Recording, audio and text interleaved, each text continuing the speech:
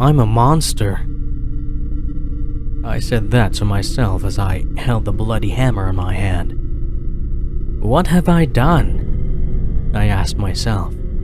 How could a simple trip to the dark web lead to this? Me looking down at the guy, shaking like a dying animal in this dark alley. His bones are broken, and his skull cracked. Blood rushing down with the rainwater into the drain pipe.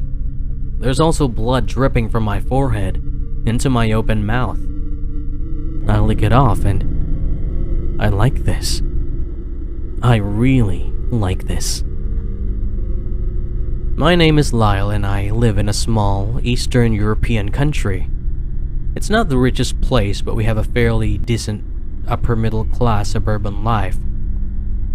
I've grown resentful of society, of my family, and especially my parents over the years. They are not abusive and, well, they provide me with everything I need. But they're never there for me. They've never asked me how my days were, how I was doing, and what's going on in my life. I grew isolated, resentful, and only really found connection online. In the dark web, I've met some of my closest friends. I never saw their faces or knew their real names, but even if our conversations were dark and the videos we shared were gruesome, I felt like I belonged, you know? One of my long-term friends in the darknet chat rooms referred me to an awesome-looking page. It was called IRL Beatdowns. In real-life beatdowns.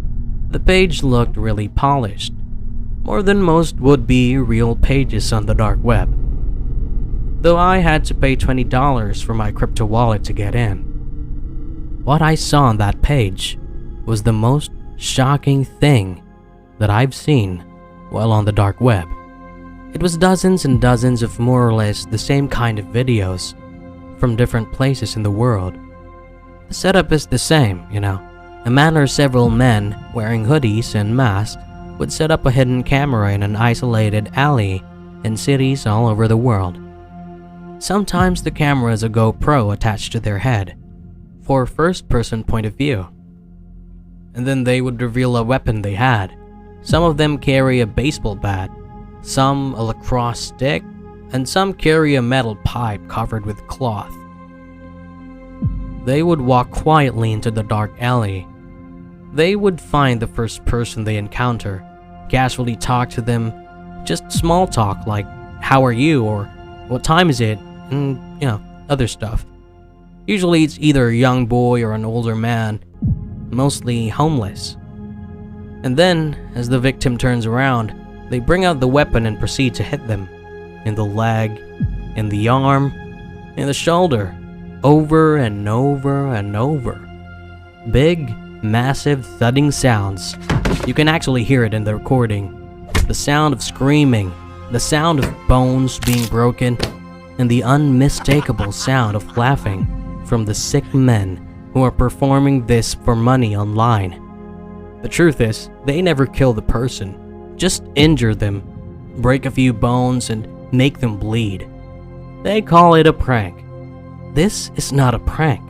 This is straight up assault. The first time I saw this, I was absolutely shocked. But a small part of me really liked it. Now I know what you're thinking. I'm sick to like this, and, well, you're not wrong. There's many of us online, a big community, and I got hooked. I got addicted. All my extra money from my part-time job now goes into watching the videos. They are locked by a pay gate, and for me, it's worth paying. I don't know what it is that gives me so much pleasure. Maybe it's schadenfreude, or maybe I'm secretly sadistic. I got more and more engaged in the community of like-minded people. It was fun discussing it with people who find the same sick satisfaction in this as I do. And my old friend who referred me to the page became close to me. He gave me his dark web nickname, Link. Obviously, he got his name from The Legend of Zelda. He was a cool guy. I found that he lived in a neighboring country that borders my own, in the European Union. It was a simple 2-hour ride to his place. Then, he gave me an offer that truly intrigued me. He told me that we could get paid to participate in IRL beatdown videos. He said that we could easily make $1,000 and we get to have fun in real life too. I was nervous, but I was also very interested. I agreed to meet up with him in a small city near the border. I laid down all the supplies on the bed. I had a ski mask, inspired by Jason from the Friday the 13th series. I picked my weapon. I decided on my dad's 9-iron golf club. This looked classy and I would believe it would look great on video. I put them all in a small gym bag. That Sunday, I hitched a bus, prepared my EU passport, and traveled to the city. I was nervous, of course, but also with adrenaline rushing through me the whole trip. I arrived at the city and met up with Link. He was bigger than I expected. He had one other friend who was wearing a hoodie too, like all of us. And basically, he didn't say a single word. It was late in the evening when we moved towards a dark alleyway.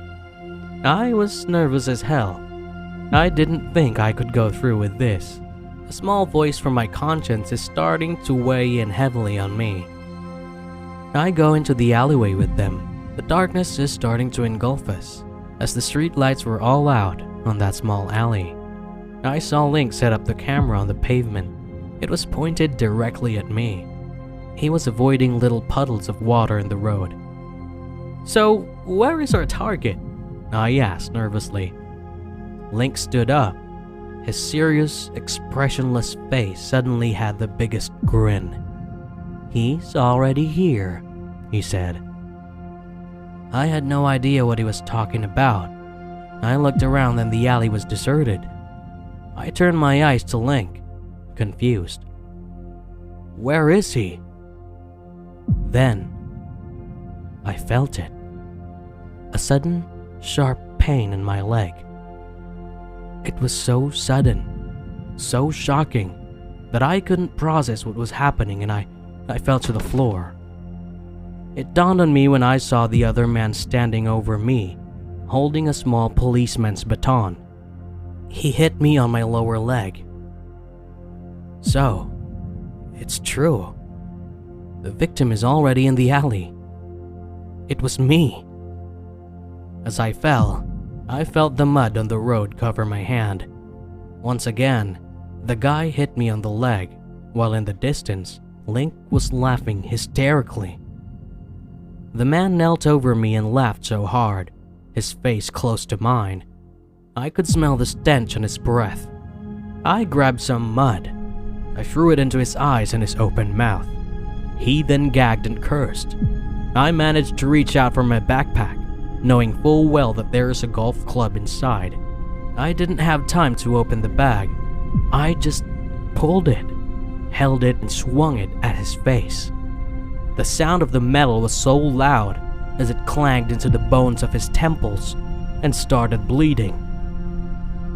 I crawled towards him, opening my bag in the process. I get the golf club and proceeded to beat him over and over and over. Link didn't do anything. He was just filming as I destroy his friend's face. When I was done, the man looked like his face passed through a lawnmower. Some of the puddles of water are red with his blood.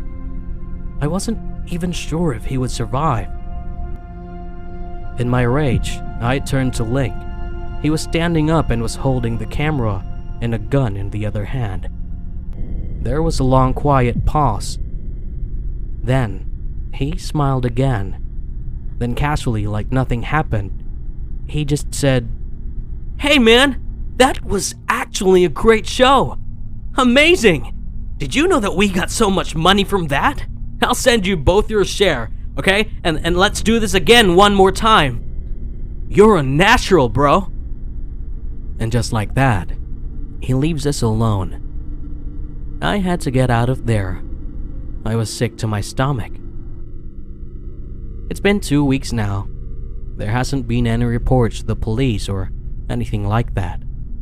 All I know is I am now several $1,000s richer. And I can't wait to do this again.